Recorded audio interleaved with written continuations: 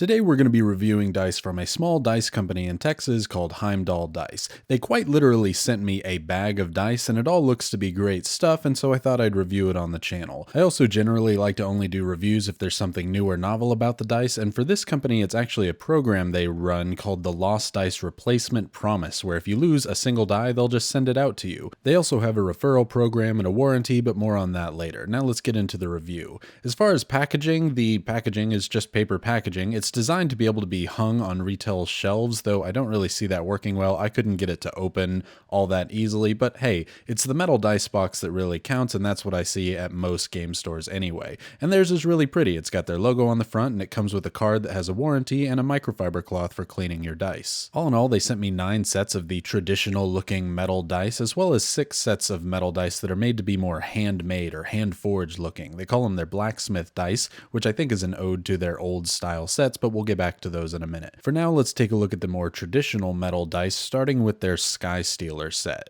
It's got that dragon scale style in the center, and they're not the only ones to do that, but they do it extremely well. This is one of the most polished looking versions of the dragon scale that I've seen thus far, and I think it's absolutely gorgeous. All of their D20s have the logo on the 20s place, which I know some people like and some people don't. I'm personally a fan because it helps me remember which company they come from. And in each of their boxes, you have a warranty that you can scan in, and if your dice get damaged in any way, they'll replace them for free. The second set that we're looking at today is the Lord of Dragons set. It's got that same gold outside, but it's purple on the inside, and so the Lord of Dragons makes sense since gold and purple is royal colors. That purple is reused in another color we'll look at here in a minute, but instead of gold on the outside, it's kind of a gunmetal color. Swapping from the gold, we're actually going to go to their steel scale set, which is an antique iron. It really, with the scales, kind of looks like some of that metal you'd see at the bottom of truck beds or in rafters so that you don't slip or fall off, so it's a very industrial feel to it. The numbers also have this kind of curve instead of just being aimed straight out, and that's on all sets. I think it looks great. Remember that purple from before? Well, this is the Dusk Wraith set with a black iron, though I really think it looks more gunmetal than the description gives off.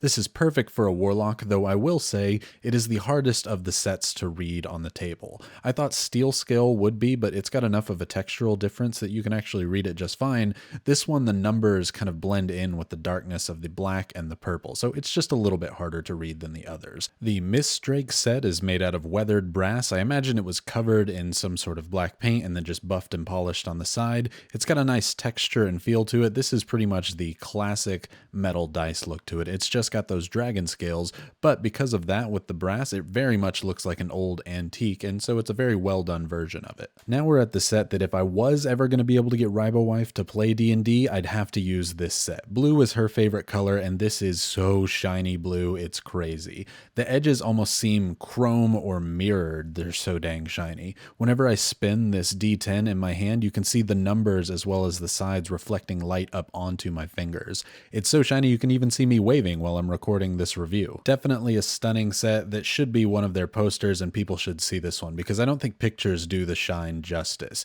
And now to go to the opposite of the shine, let's look at their Blood Splatter set, which they happen to call Stone Tail. I don't know, it should definitely just be called Blood Splatter because that's what it is. It's almost rusty because the red is a little bit orange, but it's really gorgeous, and if you're looking for a metal blood splatter, this is a really good one. They also have one of those rainbow ones that they call their Prismatic Dragon Set.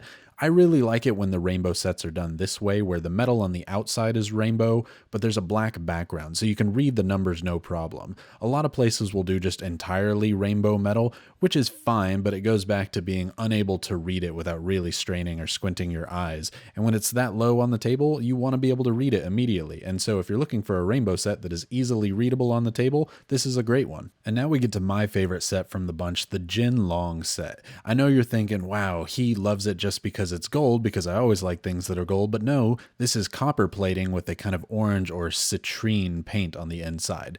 Whatever, it makes it look like gold, and I have not seen a set glow this heavily on the table. If the blue one was shiny and silver, this one is shiny and gold. It feels like it radiates on the table. I can't even describe it. Pictures definitely don't do this set justice. It's my favorite of the bunch, hands down. Okay, so that was the 9 more traditional style metal dice with the dragon scales. Let's take a look at their blacksmith line that includes fool's gold and a silver set called Alchemy. These are made to look more handmade. They come in a little little bag compared to the boxes of the other, but really they couldn't be more different. They are extremely textured, and let me show you. Let me move the second place metal out of the way, and let's take a look at a first place metal, or the gold set. The texture on the edge is a little bit different than the texture beneath the numbers, and so it's still very easy to read these. When I roll them later for the camera, you're going to disagree, but that's just because light is going to reflect all over from these things, and for some reason the camera just can't pick it up all that well. But in person, I think they're really readable. They also have kind of rounded edges. They look like they were just thrown in a rock tumbler for a while just to get some extra dents and divots into them to make them look more handmade, but I think they look great. The silver looks good too, not as good as the gold, but it does look good, and everybody has their own preferences. Now, it's probably hard to tell because we've only been doing close-ups, but these are significantly smaller than the other dice, probably about 10 to 20% smaller overall. Now, you might think, oh man, that's a ripoff, I'd rather them be bigger, but that really works with commercial products. Remember this dice dagger box that I made using one of those molds? Well, they're about the size of plastic dice, and so if you want a metal set of dice that can fit into commercially available dice boxes that kind of have those individual places for dice, these actually fit really, really well. It even makes that dice dagger feel like the weight of a real knife because it's, metal and you're holding up metal now. So if you want a metal set but also want to be able to put it in those kind of commercially available things, go for it, because these larger ones just aren't going to fit those individual shapes. As far as durability is concerned, there's kind of a mixed bag here. I honestly thought the Fool's Gold and Alchemy set would really hurt each other, and they don't, but maybe that's just because they're already so divoted. They kind of have a more rounded off edge even though it looks sharp, so they're pretty darn safe. However, some of the traditional sets can in fact scratch themselves using some of the sharper corners on like the D4 or the D8. That's just how materials work in the real world.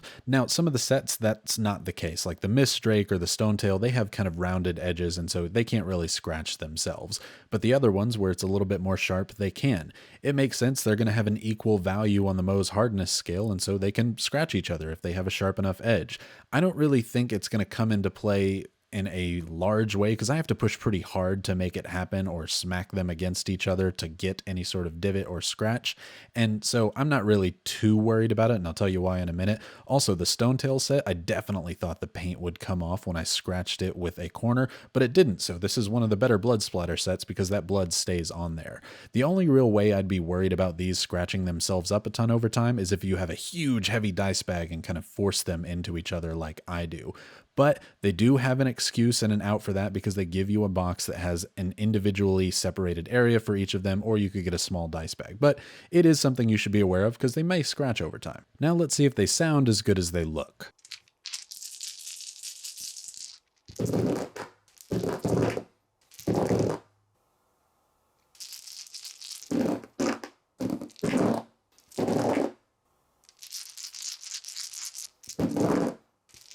I did get a Nat 1 from the steel scale set, not any of the gold ones, just saying.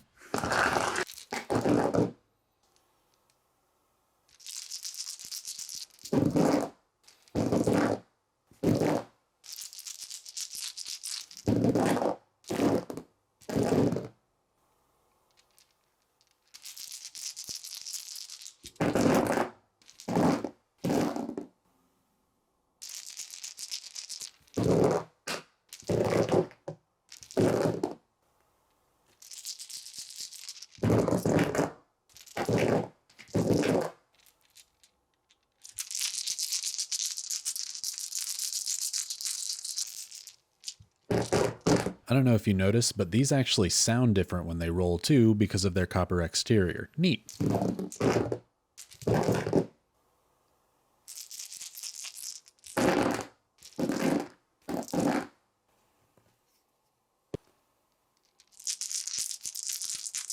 Okay, so I did roll a Nat 1 on this set, but it's called Fool's Gold. It's not real gold. It can't be blamed.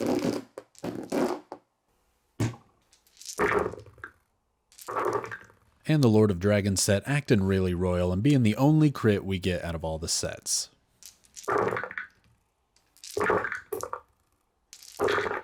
Though we do get another Nat 1. It's just not my day.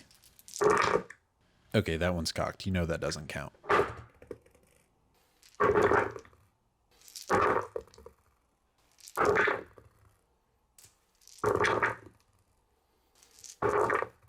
I told you the Fool's Gold and Alchemy set, you're just not going to be able to see on the camera. I don't know what it was. I tried to use very soft lighting.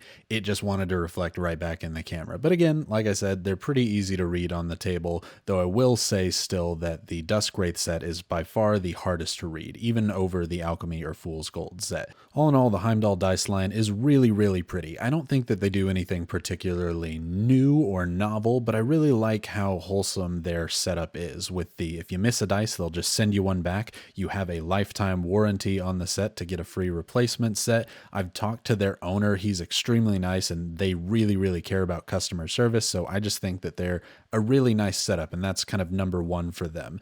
They also have a program, which I told you I'd talk about later, called Heimdallrs, which makes sense because of the old original spelling of Heimdall has an R on it. That explains their name. I definitely didn't think it was Heimdallr when I gave him a call and embarrassed myself.